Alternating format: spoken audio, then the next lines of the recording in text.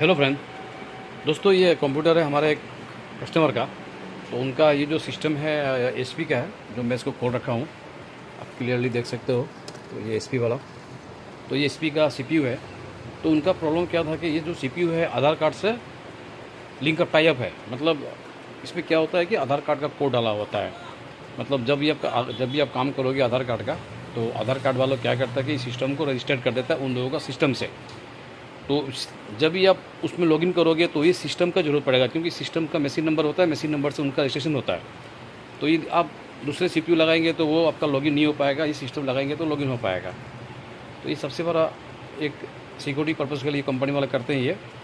तो देखिए इसमें दिक्कत क्या हुआ कि अभी एक एरर आ रहा था हमारे कस्टमर का। ये जब भी खोलते हैं और खोलने के बाद आप देखिएगा कि यहाँ पर एक एरर कोड का जो प्रॉब्लम है वो आ जाता है और सिस्टम चल नहीं पाता है, सिस्टम बूट नहीं हो पाता और रनिंग मोड में भी वो नहीं आ पाता, क्योंकि बूट ही नहीं हो पा रहा है वो। तो देखिए इसको सॉल्व करने के लिए क्या प्रोसेस है, क्या तरीका मैं आपको बता के दे रहा हूँ। सबसे पहले आप देखिए सिस्टम का, देखिए मैं खोल रखा हूँ कस्टमर का, उनका गंदगी देखिए आप इस तरह, और सिस्टम का फ़ैन देखिए, और जो प्रोसेसर है वो देखिए। प्रोसेसर भी एक्चुअली डर्ट है, इसमें मॉइस्ट आ चुका है, डर्टी भी है। और दूसरी बात एक देखिए, इसका जो हार्ड ड्राइव है वो भी आपका जनरल है, पूर्ण ज़माने का। तो अगर इसमें आप क्लोन कर देते हो ना, आप अगर एसएसडी लगा देते हो तो ये काफ़ी फास्ट हो जाएगा, काम करके भी अच्छा लगेगा।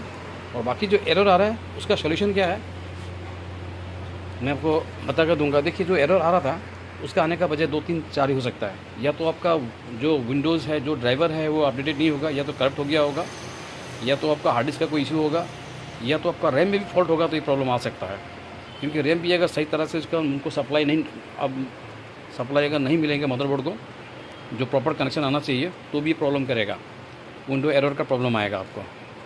तो भी एक इम्पॉर्टेंट बात है। और दूसरा है कि या तो आप पहले आप ट्राई कर लीजिए, विंडो को अपडेट करके देख लीजिए, ड्राइवर को सॉल्व हुआ तो हुआ, अगर नहीं हुआ तो आप रैम को चेंज करके देखिए। अगर रैम से भी सॉल्व नहीं हुआ तो एसएमपीएस को देख लीजिए आप, एसएमपीएस से भी प्रॉब्लम आता है कभी कभार।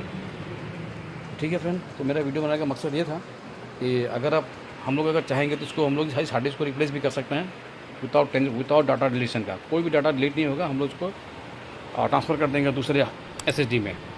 इजीली ये पॉसिबल है, लेकिन वो एसएसडी इसी मशीन में लगाएंगे तो ही लोग आपका आधार कार्ड का लॉगिन हो पाएगा, नहीं तो नहीं होगा। अगर आप उसका रजिस्ट्रेशन करके दूसरे मशीन में लगाएंगे तो ये लॉगिन नहीं हो पाएगा, क्योंकि मशीन का जो नंबर है उससे मैच नहीं करेगा उस सिस्टम से। ठीक है, तो ये ज़रूरी है, क्योंकि जिसमें आप क्लोन करेंगे, जो अगर वैसा सिक्योरिटी पर्पज़ में है, तो आपको उसी सिस्टम में लगाना चाहिए, क्योंकि उस सिस्टम में मशीन नंबर साथ उसमें मैच होना पड़ेगा।